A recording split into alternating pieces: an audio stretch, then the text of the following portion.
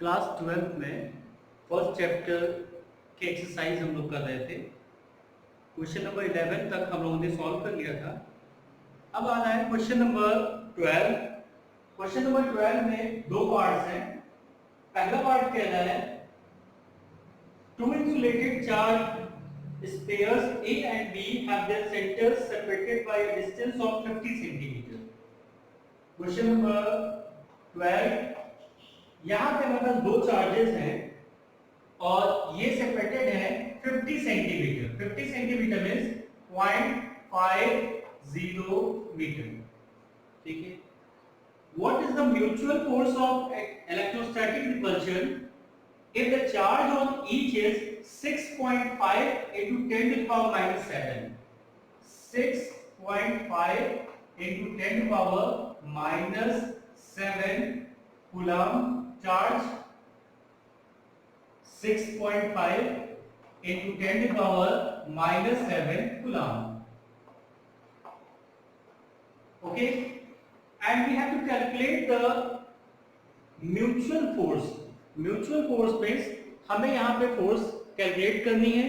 तो force calculate करने का हमारे पास फॉर्मूला है and that formula is F is equal to 1 upon 4 pi epsilon naught Q1 Q2 upon R square।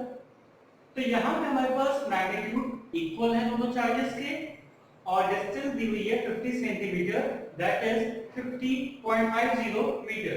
तो ये वैल्यू जब हम सब्स्टिट्यूट करेंगे 9 into 10 to the power 9 into Q1 into Q2, 6.5 into 6.5 into 10 to the power minus 7 into 10 to the power minus 7, that is 10 to the power minus 14, and R square means 0.50 multiplied by 0.50.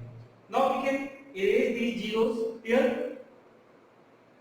Now here two decimal points are there, also here two decimal points, so these decimals cut each other.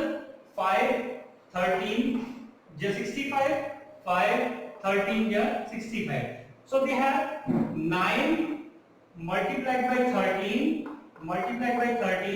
into 10 to the power 9 and 10 to the power minus 14, so that becomes 10 to the power minus 5. So this calculation you can do it easily and its value comes 1.52 into 10 to the power minus 2. Its value is 1.52 into 10 to the power minus 2 Newton. This is our value. Okay. Now second part, what is the force of repulsion if each sphere is charged double? This was first part.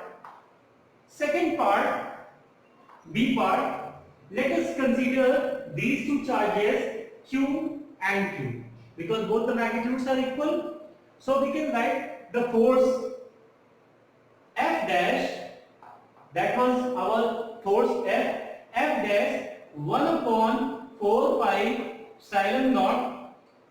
The magnitude of charges are doubled, that means 2Q multiplied by 2Q and the distance is half, means R by 2 whole square. So it can be written as 2 into 2 4 and this 4 in numerator 4, rest part is 1 upon 4 pi epsilon naught Q square upon R square. Now it was same as this one, calculated at this one, so the force becomes, we can write 16 times F. 16 times F means यहाँ पे 16 हो जाएगा और F की value हमारे पास जो आई है 1.52, इसको मल्टीप्लाई कर लेंगे तो ये हमारे पास न्यूटन में आंसर आ जाएगा कि फोर्स कितनी हो गई, जितनी फोर्स पहले थी उसी का 16 टाइम्स यहाँ पे हो गया। ठीक है। अब नेक्स्ट क्वेश्चन हम चलते हैं। सपोज दैट द स्फीयर्स इन, अच्छा ये क्वेश्चन इसी क्वेश्चन से रिलेटेड है, तो इसकी वैल्यू को हम यहां पे लिखा रहने दे रहे हैं। इसमें कह रहा है कि हमारे पास क्वेश्चन नंबर 13 में है, suppose the spheres A and B, इसके पहले जो स्फीयर हमने लिया था हैव आइडेंटिकल साइजेस, और थर्ड स्फीयर, तो यहां पे देखिए हमारे पास ए ये जो स्फीयर था और ये बी स्फीयर, दोनों में चार्ज सेम थे, डिस्टेंस हमारे पास 0.50 मीटर थी। सपोज करते हैं यहाँ पे चार्ज क्यू था और यहाँ पे भी चार्ज क्यू था, ठीक है। और इसमें कह रहा है कि एक थर्ड अनचार्ज सी स्फीयर, एक स्फीयर है सी जिसपे चार्ज नहीं है, इसको पहले हम ए के कांटेक्ट में लाते हैं। तो पहले ये चीजें हम डिस्कस कर चुके हैं कि अगर दो चार्जेस को कांटेक्ट में लाएंगे तो उनका चार्ज डिस्ट्रीब्यूट हो जाएगा इक्वली। सो ए पे चार्ज है क्यू, सी पे चार्ज है 0, इन दोनों का हमने मीन ले लिया, तो इसका मतलब ये वैल्यू आ गई q/2। तो इस पे चार्ज अब कितना हो गया q/2, और इस पे भी चार्ज हो गया q/2। अब ये बॉडी B के कांटेक्ट में आती है, तो B पे चार्ज हमारा कितना था, B पे जो चार्ज था वो q था, और C पे चार्ज है q/2, इन दोनों का मीन लेंगे, तो ये हमारे पास हो जाएगा 3q/4। तो यहां पे हमारे पास चार्ज आ गया 3q/4।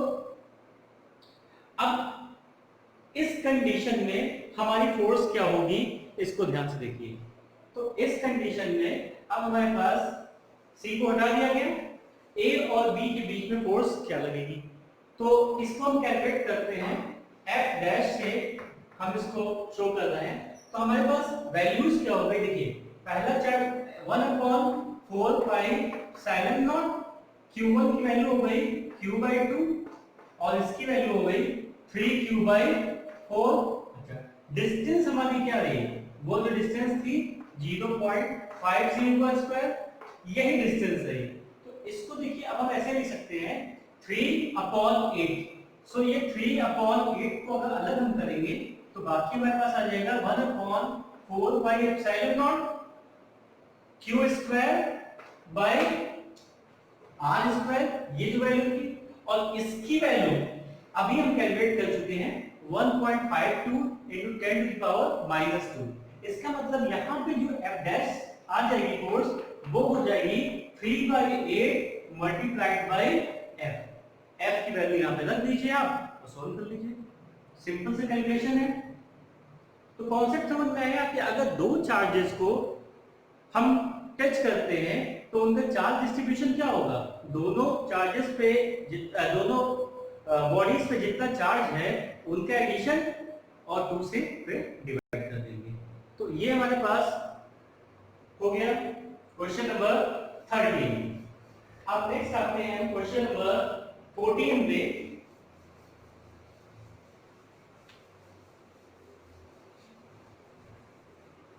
तो क्वेश्चन नंबर 14 हमारा है, ये कह रहा है, हाँ एक फिगर बना हुआ है, इस फिगर में क्वेश्चन नंबर 14 में एक प्लेट पॉजिटिव दी हुई है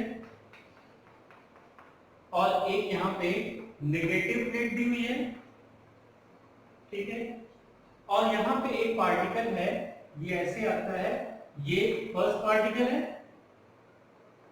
एक सेकंड पार्टिकल है, वो भी ऐसे आ रहा है, ऐसे चला जा रहा है, और एक थर्ड पार्टिकल है जो ऐसे जा रहा है, ये सेकंड हो गया और ये थर्ड हो गया। ये यहाँ पे y z एक्सिस भी बनी हुई है। अब यहाँ पे पूछ रहा है इन तीनों में से किसका highest charge to mass ratio होगा। चार्ज टू मास रेशियो का मतलब ये हो गया कि हमें निकालना है Q/m रेशियो किसका ज्यादा होगा। तो ये देखिए, ये जो तीनों पार्टिकल्स हैं हमारे इनिशियली रेस्ट में थे, इसका मतलब एक इंफॉर्मेशन है कि U हमारे पास यहाँ पे 0 था इनका। अच्छा, अब हमारे पास एक फॉर्मूला होता है F = ma, यहां से हम लिख सकते हैं A = F/m। अच्छा, अब इलेक्ट्रोस्टैटिक फोर्स की बात कर रहे हैं, तो यहाँ पे F को हम लिख सकते हैं क्यू ई बाई एम, क्योंकि F हमारा क्या होता है, ये डिस्कस कर चुके हैं, F is equal to q E होता है। ये एक्सेलरेशन की वैल्यू आ गई हमारे पास। अब हमारे पास सेकेंड लॉ ऑफ मोशन जो है उससे हम निकालते हैं, since s is equal to ut plus half at square, तो ये टर्म तो हमारा जीरो हो गया क्योंकि u यहाँ पे जीरो है। इसका मतलब s का मतलब क्या हो गया, ये y एक्सिस पे हमारा डिस्प्लेसमेंट हो रहा है, तो इसको हम y ले रहे हैं, और ये हो गया हाफ a की वैल्यू पुट कर दे रहे हैं q e by m and t square. इसका मतलब हो गया जो डिस्प्लेसमेंट हमारा है, y डिस्प्लेसमेंट है, वो किसके प्रोपोर्शनल है, यहाँ y is directly proportional to q by m। अच्छा, q बाई m का ही रेशियो हमें फाइंड करना था। तो अब देखिए ये पार्टिकल, इसका डिस्प्लेसमेंट y एक्सिस पे कम है, इसका भी कम है, इसका सबसे ज्यादा है, तो इससे हम ये कह सकते हैं कि जो थर्ड पार्टिकल है has highest q by m ratio. ठीक है, यह है कॉन्सेप्ट समझ में, जिसका डिस्प्लेसमेंट ज्यादा होगा उसी का q by m charge to mass ratio भी ज्यादा होगा। अब हम आते हैं क्वेश्चन नंबर 15 पे।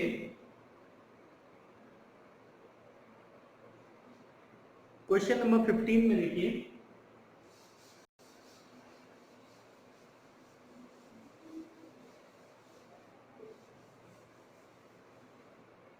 क्वेश्चन नंबर 15 में कह रहा है consider the uniform electric field. 15 में इलेक्ट्रिक फील्ड हमें दी हुई है, E is equal to 3 into 10 to power 3 into 10 to power 3 I है न्यूटन पर कूलम। ठीक है, what is the flux of this field through a square of 10 centimetre on a side whose plane is, तो square का side जो है ये क्या दिया है, साइड ये दिया है 0 सॉरी 10 सेंटीमीटर दिया हुआ है, तो 10 सेंटीमीटर का मतलब हो गया 0.1 सेंटीमीटर।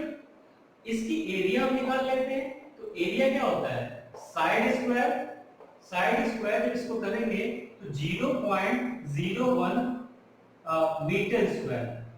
मीटर स्क्वायर ये वैल्यू आ जाएगी यहाँ पे। अच्छा, अब कह रहा है whose plane is parallel to yz plane, अगर पैरेलल होगा yz प्लेन के तो इस कंडीशन में हमारे पास क्या हो जाएगा, फर्स्ट कंडीशन में theta is equal to 0 degree, theta 0 degree हो जाएगा, तो हमें क्या निकालना है, हमें फ्लक्स निकालना है। तो फ्लक्स का फॉर्मूला हमारे पास क्या होता है, phi is equal to E A cos theta, तो ई की वैल्यू हमारे पास कितनी है 3 into 10 की पावर 3 into a की वैल्यू कितनी हो गई 0.01 और cos 0 की वैल्यू कितनी हो गई 1। तो इसको जब आप कैलकुलेट करेंगे तो आपके पास कितना आ जाएगा, देखिए ये डेसिमल है ना, तो यहाँ पे 100 हो गया, 100 से ये कट गया तो सिर्फ 10 बचा, दैट इज 30 यूनिट्स, 30 यूनिट्स आ जाएगा यहाँ पे। फ्लक्स की यूनिट तो आपको पता ही है, लिख लीजिए यहाँ पे। अच्छा, इसी में सेकंड पार्ट एक और कह रहा है, सेकंड पार्ट ये कह रहा है अगर एंगल हमारा 60 डिग्री होता है, तो 60 डिग्री होगा तो इसमें क्या चीज चेंज होगी, सेकंड में फाई फॉर्मूला हमारा सेम रहेगा, तो that is equal to 3 into 10 की पावर 3 into 0.01, ये तो सेम है, cos 60 की वैल्यू हमारे पास कितनी हो जाएगी into 1/2। इसका मतलब ये जो आया है इसका आधा हो जाएगा हमारे पास, यहाँ पे आंसर आ जाएगा 15 यूनिट्स। ये क्लियर हो गया क्वेश्चन आपका। अच्छा, अब इसके बाद हम आते हैं क्वेश्चन नंबर 16 पे। तो क्वेश्चन नंबर 16 को ध्यान से देखिए, उसमें क्या कह रहा है, क्वेश्चन नंबर 16 में ये कह रहा है what is the net flux of the uniform electric field of exercise 1.15 through a cube of 20 centimeter oriented so that its faces are parallel to the coordinate planes। तो देखिए कोऑर्डिनेट प्लेन्स में अगर हमारा फ्लक्स निकालना है तो देखिए ध्यान दीजिए इधर, जैसे ये हमारा मान लीजिए X Y Z axis 3 dimensional है, तो एक एक्स वाई प्लेन ये हुआ, एक एक्स वाई प्लेन ये हुआ, एक वाई जेड प्लेन ये हुआ, वाई जेड प्लेन ये हुआ, एक्स जेड प्लेन ये हुआ, एक्स जेड प्लेन ये हुआ। इसका मतलब अगर इसको ध्यान से देखिए, एक एक्स वाई प्लेन ये है, एक एक्स वाई प्लेन ये है, इधर से फ्लक्स क्या कर रहा है, इंटर कर रहा है, और इधर से फ्लक्स निकल रहा है। तो दो जो एक्स वाई प्लेन है उसमें एक में इंटर कर रहा है और एक से लीव कर रहा है। इसका मतलब तीन पेयर हमारे एंटरिंग वाले होंगे और तीन पेयर से क्या करेगा, वो एग्जिट करेगा। तो नेट फ्लक्स हमारा कितना हो जाएगा, यहाँ पे नेट फ्लक्स हमारा 0 हो जाएगा। तो आते हैं क्वेश्चन नंबर 17 पे। इसमें कह रहा है careful measurements of the electric field at the surface of a black box indicates that the net outward flux through the surface of box is this one। इसका मतलब इसमें आपको फ्लक्स दिया हुआ है 17 में, फ्लक्स दिया हुआ है and that is 8 into 10 to the power 3, 8 into 10 to the power 3 newton metre square पर कूलम। अच्छा, अब ये पूछ रहा what is the net charge inside the box. तो नेट चार्ज निकालने के लिए हमारे पास क्या फॉर्मूला है, हमारे पास गॉसेस लॉ है। तो गॉसेस लॉ क्या कहता है कि phi that is equal to q upon epsilon naught। इसका मतलब हो गया q is equal to phi into epsilon naught। तो phi की वैल्यू हमारे पास कितनी दी है, 8 into 10 to the power 3 into, अब हमारे पास एप्सिलॉन नॉट की वैल्यू कितनी होती है, 8.85 into 10 power -12, 8.85 into 10 power -12। अब इसको आप सॉल्व कर सकते हैं।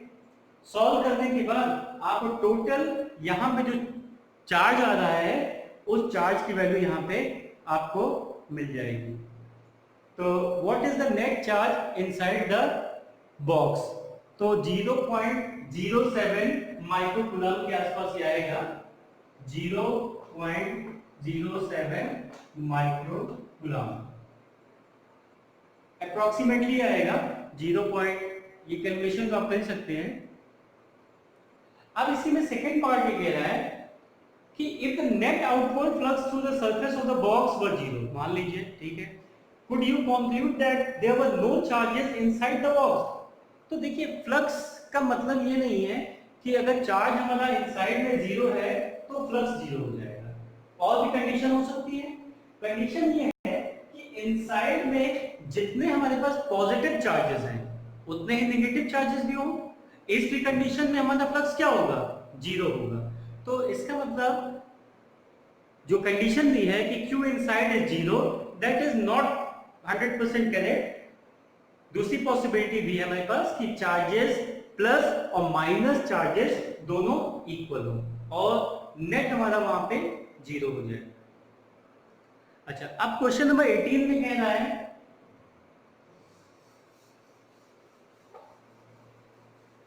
क्वेश्चन नंबर 18 में एक फिगर दिया हुआ है, इसमें कह रहा है a point charge plus 10 microcoulomb is a distance 5 centimeter directly above the center of a square।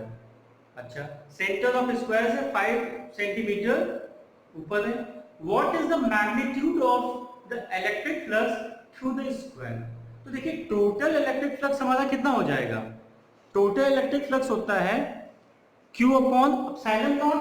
Question number 18, total flux होता है हमारा 5, that is Q upon epsilon naught। और क्यूब के पास हमारे पास कितने फेसेस हैं, 6 फेसेस हैं और 6 फेसेस सब सिमेट्रिकल होंगे तो अगर एक को हम लेते हैं, एक स्क्वायर को वहां पे लेते हैं, तो उसकी सिमेट्री कितनी हो जाएगी? हमारे पास क्या निकालना है? What is the magnitude of electric flux? तो फ्लक्स हमारे पास हो जाएगा 1/6 into q upon epsilon not. तो q की वैल्यू कितनी दी है? q की वैल्यू दी हुई है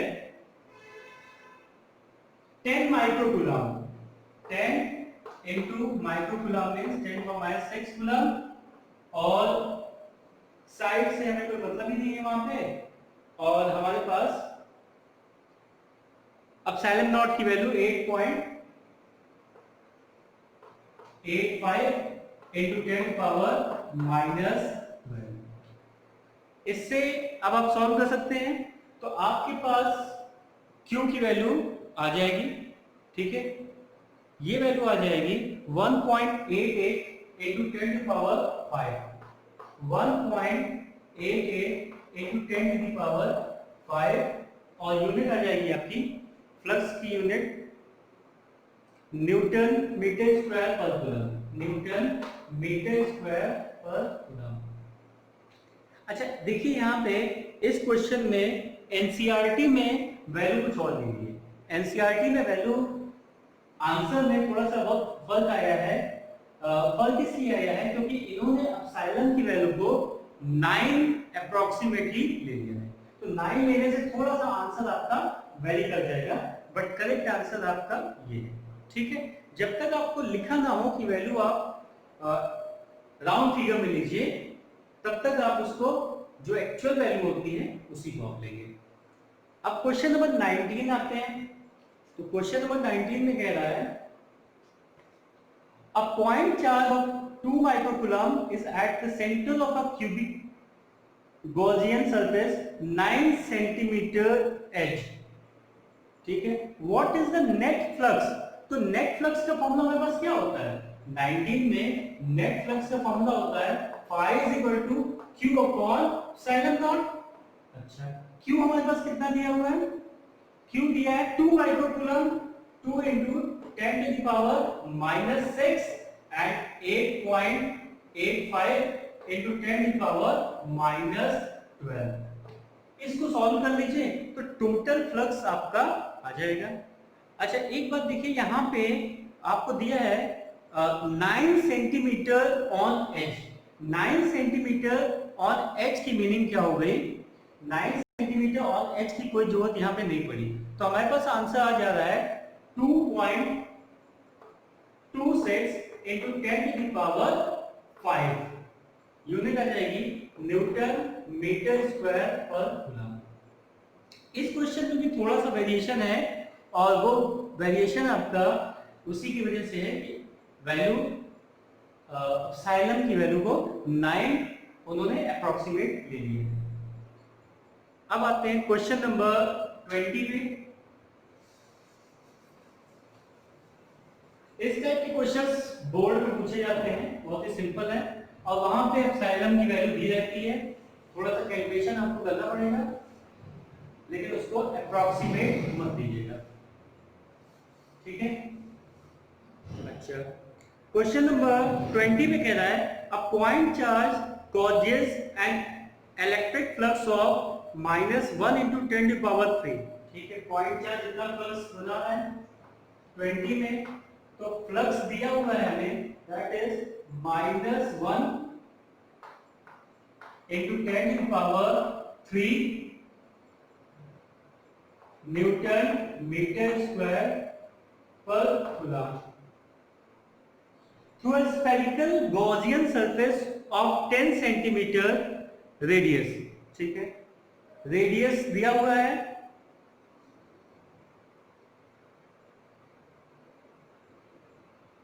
Gaussian surface, spherical Gaussian surface, radius 10 centimetre, तो r is equal to 0.1 metre हो जाएगा। Centered on the charge, if the radius of the Gaussian surface were doubled, how much flux would pass through the surface?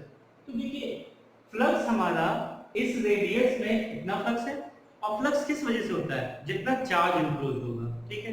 अगर radius को हम बढ़ा देते हैं, double कर दें, ट्रिपल कर दें, तो चार्ज तो हमारा उतना ही है, चार्ज तो बढ़ नहीं रहा है। इसका मतलब क्या हो गया कि हमारा फर्स्ट केस में फ्लक्स जो रहेगा remains -1 into 10⁻³ newton metre square पर कूलम स्क्वायर, यही रहेगा। क्योंकि हमारा गॉस लॉ क्या कहता है, गॉस लॉ कहता है कि phi is equal to 1/ε0 times Q, Q inside. तो क्यू इनसाइड हमारा कितना है, जितने ने उसने उतना फ्लक्स बनाया है उतना ही चार्ज है, चार्ज तो हमारा चेंज नहीं हो रहा है, इसका मतलब फाई हमारा उतना ही रहेगा। अब सेकंड पूछ रहा है what is the value of the point charge. तो पॉइंट चार्ज की वैल्यू हमारे पास क्या हो जाएगी, पॉइंट चार्ज की वैल्यू होती है, देखिए यहां पे स्फीयर की बात कर रहा है तो स्फीयर का आपके पास फॉर्मूला क्या होता है, ठीक है, फाई हमारा हो जाता है E डॉट ds, ठीक है, फाई हो जाएगा हमारा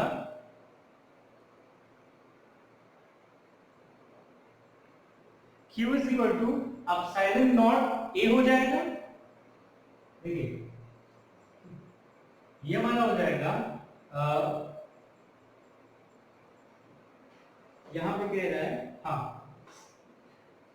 Q इज इक्वल टू, जैसे फ्लक्स हम निकालते हैं तो फ्लक्स का फॉर्मूला हमारा क्या होता है E dA that is equal to flux, ठीक है, और हमें यहां पे क्या दिया हुआ है, फ्लक्स दिया हुआ है, what is the value of point charge, point charge की वैल्यू ले रहा है तो फ्लक्स हमारा क्या हो जाएगा, फ्लक्स हो जाएगा E इंटू, फ्लक्स की वैल्यू हो जाएगी हमारे पास एप्सिलॉन नॉट A